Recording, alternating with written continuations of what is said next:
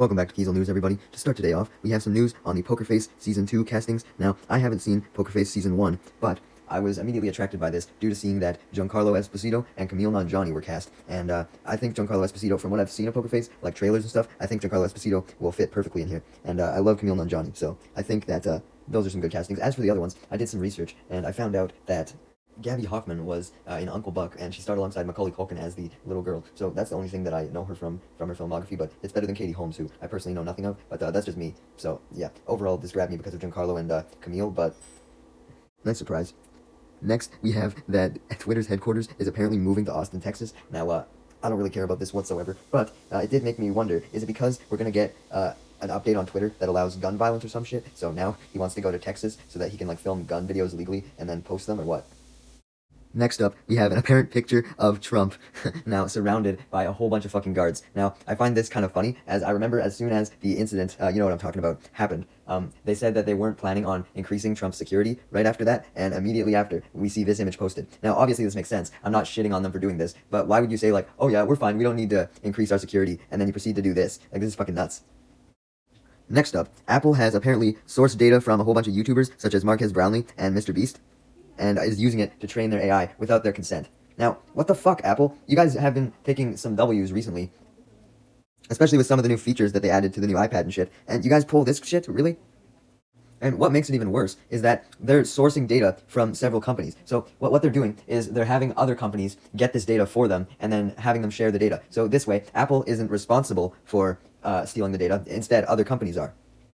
Now, it's also fucked up how they're taking from YouTubers, because they're likely taking from YouTubers because there's way less protections that they have as opposed to, like, fucking a streaming service or something. Like, if they tried to take data from, like, a Netflix show or something, I'm sure they would get in trouble for it, but with a YouTuber, it'd probably be easier to sweep under the rug.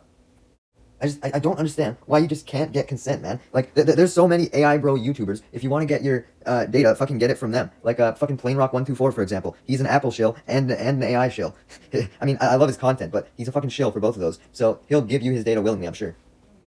Next up, Red vs. Blue Restoration, the final season that was released as a movie, is actually getting a physical release. Prior to this, it was only released as a digital movie back on May 7th on Apple TV and Prime Video, in the US at least. It was only Apple TV here in Canada. But it's awesome that we're finally getting a physical release for it, especially since Rooster Teeth is currently shut down by Warner Bros. So the fact that Warner Bros. Was still willing to give them a physical release here was awesome. It makes me wonder if there is potentially a buyer for the Red vs. Blue IP that is currently eyeing it, because I don't know why else Warner would put effort into releasing a physical copy of this. I mean, don't get me wrong, I'm glad that they are, but it doesn't make much sense, right? Next up, the Russo brothers are apparently going to direct Avengers 5 and Avengers Secret Wars. Now, this obviously isn't a confirmed fact. They're in talks. There's plenty of directors that are currently in talks. The director of Shang-Chi, I believe, was one. Michael Waldron of Multiverse of Madness was. But as for the Russo bros, I don't know, man. I don't think they should direct Avengers 5 and Secret Wars. They obviously kicked ass with Infinity War and Endgame, but that was because that they were working with characters that they had worked with. Like, Captain America was like the focal point of the Avengers, and they had worked on the Captain America films.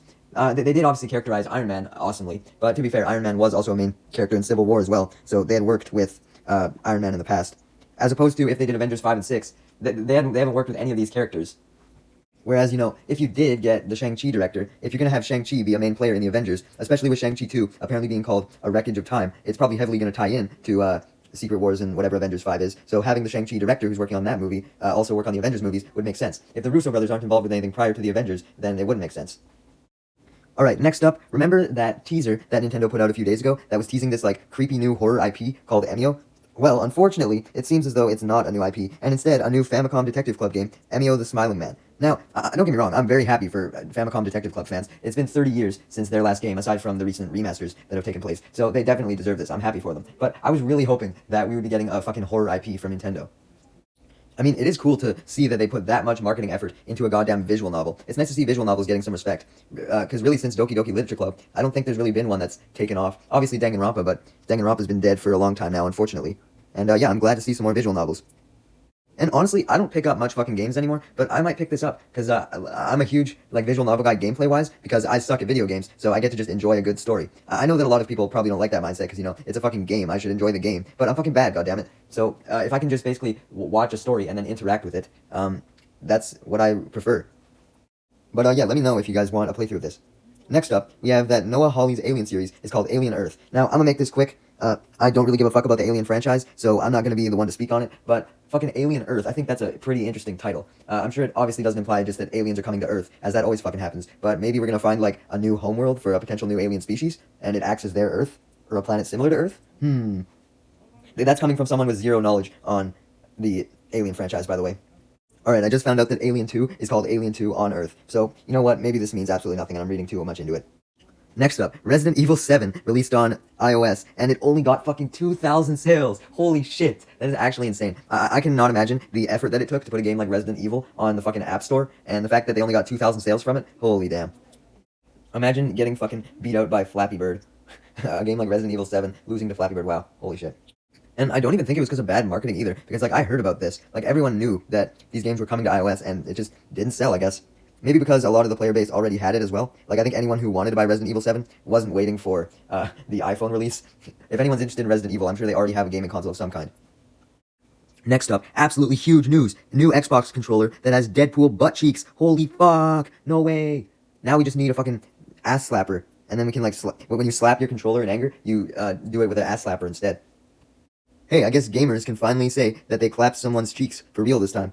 Now, I question who's paying for this. Is Marvel paying for it, or is Xbox paying for it? Because if this is what Xbox is using the extra money from Game Pass for, then fuck yeah, we need that.